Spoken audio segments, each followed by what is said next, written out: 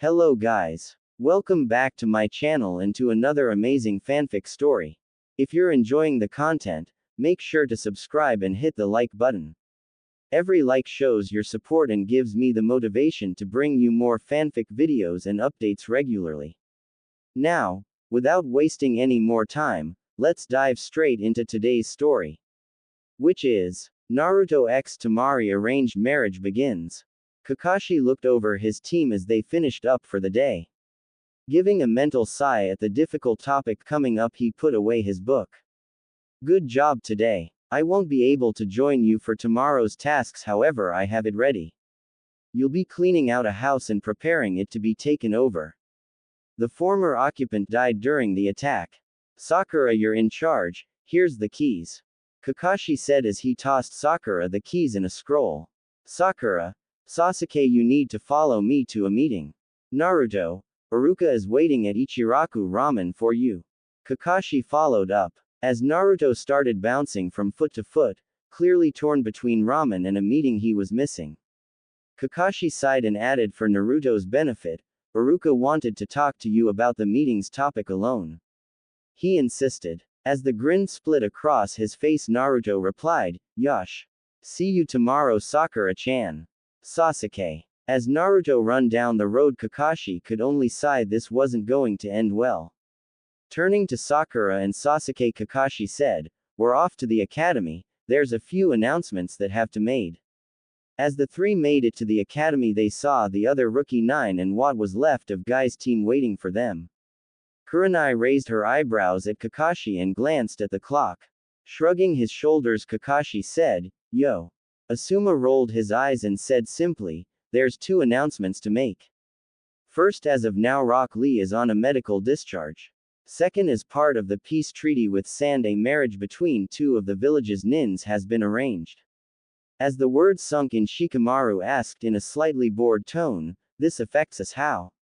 After all, it was likely to be an older Chunin or Junin, not any of the genin getting married. It was troublesome. Ino and Sakura exchanged significant glances. As long as it wasn't Sasuke, they were ambivalent. After all, it was only a week since the attack. Sakura was still sore from the sand user Gara.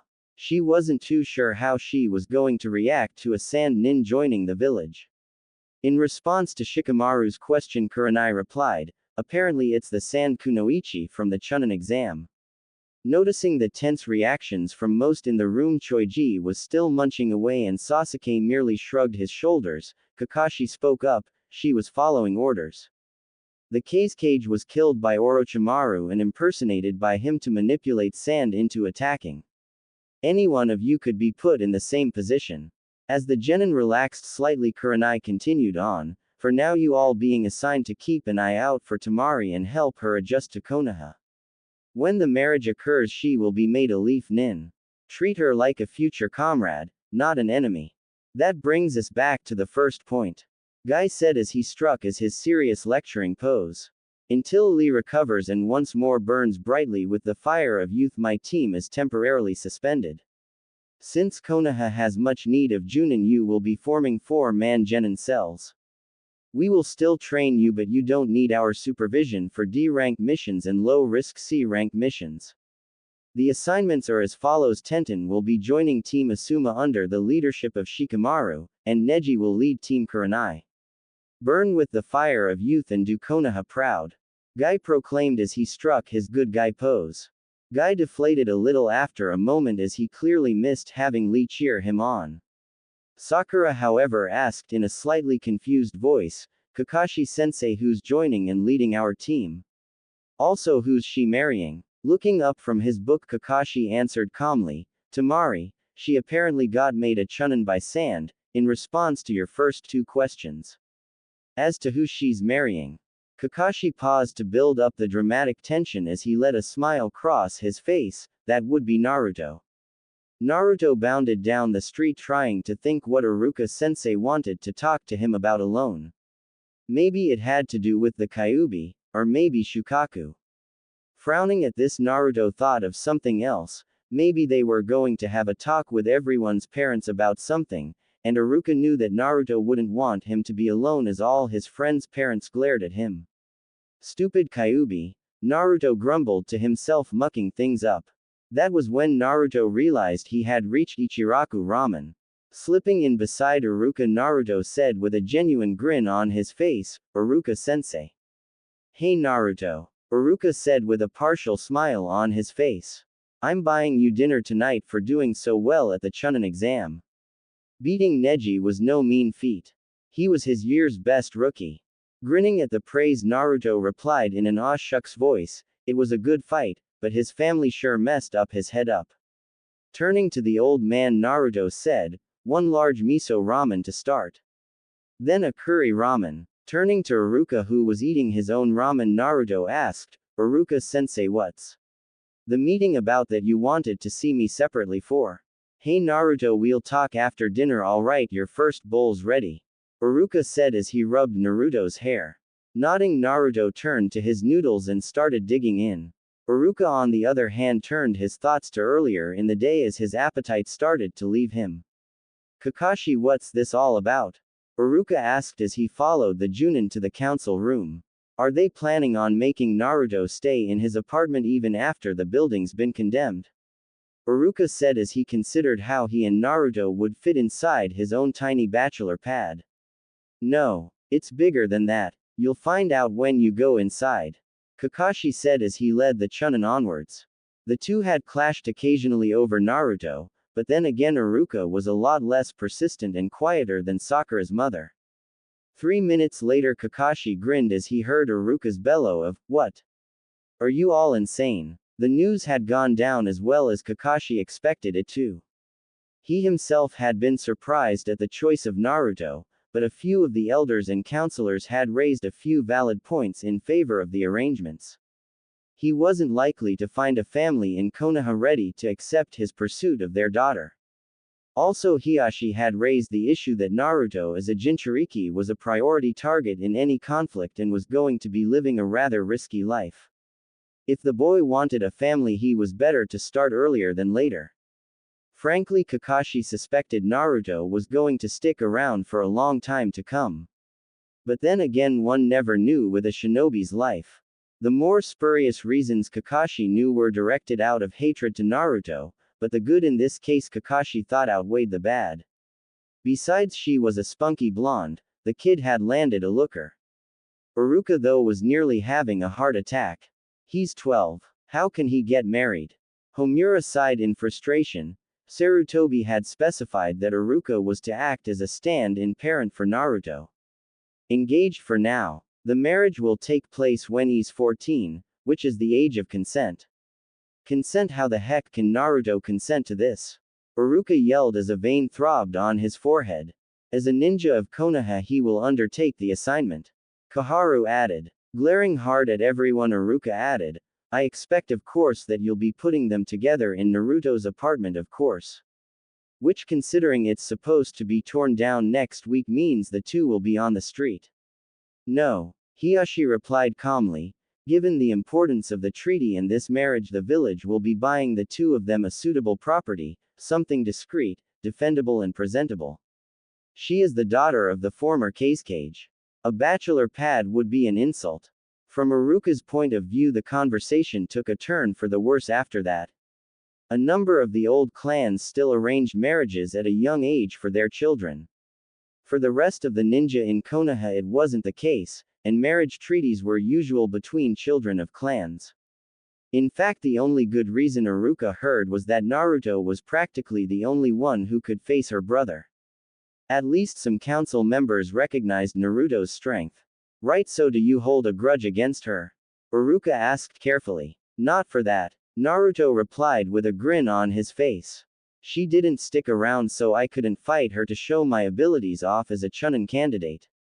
Rolling his eyes a little, Iruka replied cheerfully, "It took me 3 tries to get to the 3rd stage. You'll do it next time for sure." Getting serious, Iruka decided to get to the real heart of the matter. This of course brings up the question of who was chosen as the ninja to marry her. "I hope it's not Rock Lee. Imagine marrying fuzzy eyebrows and having fuzzy eyebrow kids." Naruto interrupted, laughing. Sighing a little, Iruka said, "No, not Rock Lee. Actually, it's you." A pin dropped in the practice yard would have seemed loud in the silence that followed. Naruto's face had dropped and a blank stare remained for a minute. Iruka watched, feeling distinctly sorry for Naruto. The poor boy had to put up with a ton of crap over the years, and here he was being dumped on some more. Naruto! Sakura shouted in disbelief. Naruto's the one getting married. Inner Sakura, however, was excited. This meant more Sasuke time without Naruto harassing her. Hinata, however, had gone pale with shock, as all the blood had left her face. Ever since their conversation before the tournament, Hinata's crush on Naruto had deepened. Now her heart was being torn in two, as Naruto would be lost to her forever. Closing her eyes, Hinata felt the first tears start to flow. Neji and Kurenai both exchanged glances. Kurenai and Neji had talked before the meeting about Hinata's possible reaction. Neji had apologized to Hinata for his treatment of her, as she had been the only member of the main family to show him any kindness. Things were beginning to be patched up between all of the Hyugas. All due in fact to Naruto, but that still didn't mean his uncle would accept Naruto as an acceptable suitor. Hiashi had ranted about Naruto being trained by a long line of perverted ninjas, and how Naruto had joined their ranks. Neji had seen Hiashi go livid after the first public incident of Naruto's infamous jutsu. Kurenai, however, was surprised that Hinata had held together so well. Before the Chunin exam, Kurenai was positive Hinata would have fainted from shock. Kurenai knew that Hinata was going after a boy who hadn't noticed her that much. The difficulties of the teenage heart were going to cause Kurenai plenty of trouble over these next few months. Shino sat quietly as a wave of jealousy washed over him. Temari was, in his opinion, a fine potential mate, not to mention her legs, oh those long beautiful legs.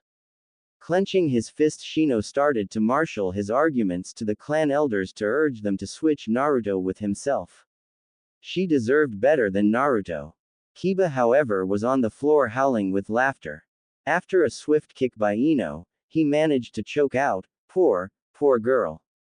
Being married to Naruto, before collapsing back into laughter. Ino, after a few giggles, remarked, I am so helping her shop to get better clothes on him. Ha, he's a boy who needs to be whipped and fast. Shikamaru merely remarked, troublesome. At least Naruto can deal with her brother. Sighing, Shikamaru considered the various aspects of the deal. Naruto had much improved since the academy, and Temari was a strong kunoichi. This smelled like something troublesome women like his mother or Ino would cook up. Choiji, however, was munching away quite happily. After all, weddings brought feasts and great food, not to mention all the other social occasions. Things were looking up thanks to Naruto. Tenten was looking forward to a rematch with Temari, as powerful battle-orientated kunoichi were few and far between. Hinata was still lacking confidence, so that had made her the only one among the group until now. Temari would make a welcome addition to the kunoichi ranks, and it would give her a decent rival. After having a weakness exposed in her technique, she had spent time training hard to remove it, further growing her skills, plus she would try and convince Temari to teach her how to use a Tessin. Besides, Lee would be happy to hear a rival for Sakura's love had been removed. Sasuke, however, could care less about the dobi getting hitched. Well, maybe not nothing, since Naruto knew what it was like to have no family and it would be good for him, but it was the other issue that was really bugging him. Kakashi-sensei, why is she being made a Chunin and our leader? I mean, she'll be the third in terms of strength after myself and Naruto. Shrugging his shoulders, Kakashi answered, Sand assigned her the rank.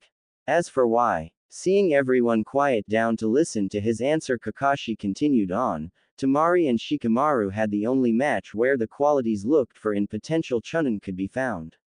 Planning, strategy, keeping a level head and focusing on the mission. Leadership doesn't come from power alone. On the positive side, with a Chunin in charge, you'll likely be assigned to C-rank missions instead of D's. Sakura, however, was wincing. Sasuke had placed her dead last on the team. In fact, of the new team, she was going to be the only one who hadn't made it to the third round. The only thing she had to look forward to was the fact that at least another kunoichi was on the team. Pulling out his book, Kakashi finished off by saying, "Oh yes, until Temari arrives Sasuke, you'll be picking up the assignments from the tower each morning. That's all. But, what about Sakura-chan?" Naruto cried out. Even after close to 2 years of trying, Naruto knew that he was still no closer to winning over Sakura's heart. Not after defeating Gaara, who had threatened her very life. Nope, all he was getting from Sakura was respect. A touch satisfying, but Naruto was darn sure that wasn't what he wanted. Dates, holding hands, hugging if he was lucky, and even hopefully Naruto knew he was shooting for the stars with the next one, kissing. "I know this tough for you, Naruto. I pretty much lost my head at the news," Iruka said with a concerned look upon his face. Naruto's emotional and mental state could be surprising fragile on some points, Iruka knew, and he was afraid this could be one of them. "This isn't just to prank me, right? 'Cause if they are, I'd like this over with," Naruto admitted with a sad look upon his face. His face shifting in anger, Naruto looked down at his belly and said in disgust, "It's all the damn demons' fault, isn't it? They're choosing me because of it." Sighing, Iruka put his arm around Naruto. He knew that Naruto had received precious little physical contact in his life that wasn't associated with violence. Partially. Some of the council still see what's inside you, not who you are. A few of the better ones, well, they figure you're still going to have a hard life because of the Kyuubi, so they thought the earlier you start a family, the more chance you'll have to enjoy them. A few see this as an award for your actions during the exam. Some of the others just want you under a wife's thumb. One of the older ladies said, "Troublesome boy needs to have a wife to keep him under control." Burying himself into Iruka's chest, Naruto shook for a minute. Iruka knew Naruto wasn't crying, but he still needed some means of emotional release.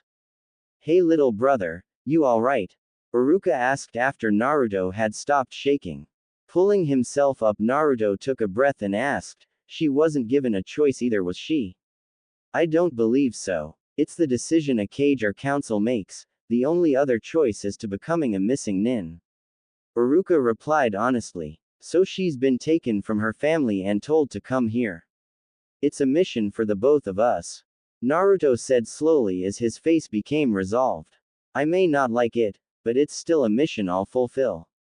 Sighing, Iruka mussed up Naruto's hair. "Thanks for taking this so well, Naruto. On the good news front, the village is buying a house for the two of you. They'll let you know before the end of the week." A grin split Naruto's face. "Hey, that is good news. I'd bet Temari would be pissed at camping out. Girls tend to be when they don't want to." "Too true." Iruka sighed as he remembered the shocked silence on one of his date's faces when he suggested a camping trip. Frankly, at this point in time, Iruka wasn't surprised Naruto was getting married before him. Almost all the girls he dated ended up wanting to be friends with him. It had been the comment of, "You're like a brother, kissing you just doesn't seem right," that was going to doom him to bachelorhood. Shaking his head, Iruka focused on the other message he needed to deliver. "You know Rock Lee, right?" At Naruto's nod, Iruka continued talking. "He's going to be months recovering, if ever. With the current manpower shortage, 4-man genin teams are being used for D-rank missions. The Junin senseis are being assigned missions to help cover things. So Team Guy is being suspended temporarily. Tenten has been assigned to Team Asuma, and Neji to Team Kurenai. Let me guess, Temari will be assigned to my team," Naruto said calmly. "Correct. Since she was made a chunin by Sand, your team will likely get C-rank missions," Iruka said with a slight smile on his face. Naruto really did have a good brain, it was getting him to use it. "Come on Naruto, let's head back. You've got a mission in the morning and I have a class to teach," Iruka said in a tired voice as he started to leave the practice ground. Jiraiya was not a happy camper. In fact, the best way to describe his mood right now was irked. This was not because he had been found peeping and had failed to get away, or at least failed to cop dozens of feels while being pummeled. Nor was it because he, the great frog hermit, had been talked back to by one of his summons, a trend that was on the rise ever since the brat had signed the contract.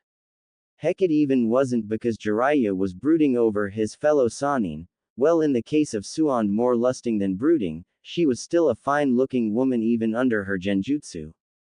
Koharu and Homura were pestering him to put himself forward as the candidate as the 5th Hokage, a choice from their position that was understandable. After all, Jiraiya had trained under Sarutobi and had then trained the 4th, and who else stood out among the Konoha shinobi as a potential candidate? Aside from the fact that Jiraiya wanted the job just as much as he wanted to participate in an all-male orgy, Orochimaru coming back on his hands and knees repenting for all his past sins and vowing to give up his lust for little boys was more likely, Suand remained the best candidate. Their badgering had certainly left a sour taste in his mouth, but what was really irking him was the conversation he had with them regarding the 4th's legacy, one Uzumaki Naruto. With the news of whom Suna's council had picked as their sacrificial kunoichi for the treaty, the graybeards and doddering fools on Konoha's council decided to pick Naruto. Oh, a number of the older women grumbled that they wanted him under a woman's thumb, and a few actually thought they were doing a boy a favor since it was obvious he wouldn't be allowed to marry anyone in Konoha, but Jiraiya knew better. The majority of the idiots truly saw the boy as the Kyuubi, not as its jailer. Sipping away at the sake in front of him, Jiraiya planned out his next course of action for the boy. Sarutobi had left him a message when Naruto had finally become a genin. Jiraiya had slowly started his meandering way back at that point as he followed up leads as to what Akatsuki wanted with the Biju. A twinge of his conscience reminded him that Naruto would have been overjoyed to receive the letters the 4th had entrusted to him, but Jiraiya quashed it as he focused on the fact a group of S-class missing nins were interested in Naruto and his current safety came first. No, Jiraiya thought to himself, it was time for Naruto to receive the next parts of his legacy. It was that thought that lifted Jiraiya's mood, well that in the hefty amount of sake he was consuming. Once the whole betrothal business was over with, Jiraiya knew that the advisors and council would be coming after him to be the 5th Hokage. Instead of putting on the pointy hat and sitting at the desk full of paperwork, Jiraiya was going off to convince Suan to take up the post. At the same time he'd take Naruto with him. If Akatsuki really was after him, Naruto would need a solid offensive jutsu. So instead of just a good one, Jiraiya was going to teach Naruto his best one, the Rasengan. Hey! Jiraiya was already enjoying the look on Orochimaru's face when Naruto demonstrated that jutsu. What surprised Jiraiya, however, was when he felt another man slip into the seat beside him and asked quietly for a bottle of sake and held his head in his hands and moaned, "Kami, how could the bastards do that to Naruto? He's not even 13 yet." Eyes narrowing, Jiraiya took a moment to scan his new neighbor and quickly realized just who it was. Iruka, Naruto's teacher, and by Sarutobi's orders and Iruka's choice, the closest thing Naruto had to a guardian or family. With his heart lifting a little at the man's obvious distaste for what had been to Naruto, Jiraiya started to grin and looking up at the bartender called out, "Bring several bottles over here for me and my friend, all on my tab." Iruka glanced up and blinked in astonishment as he realized just who was sitting next to him. Jiraiya, one of the 3 legendary Sannin, not to mention the one who had trained Naruto for the 3rd stage of the Chunin exam and author of the Ika Ika series. Why Jiraiya wanted to talk to him was quickly discovered as he poured Iruka a drink and with a cheer downed his own shot. "Ha! That's good stuff. Glad I ran into you here. Iruka saves me having to pull you out of a classroom full of brats. I'm going to be training Naruto in the future and I need to know what exactly the kid knows, so where better to get from his teacher? More importantly, I need to know how the kid's taking the whole treaty marriage business." Jiraiya proclaimed as he poured Iruka another drink. If he was lucky, he could decant Iruka with only a few more drinks of sake. He obviously wanted a sympathetic ear to talk to.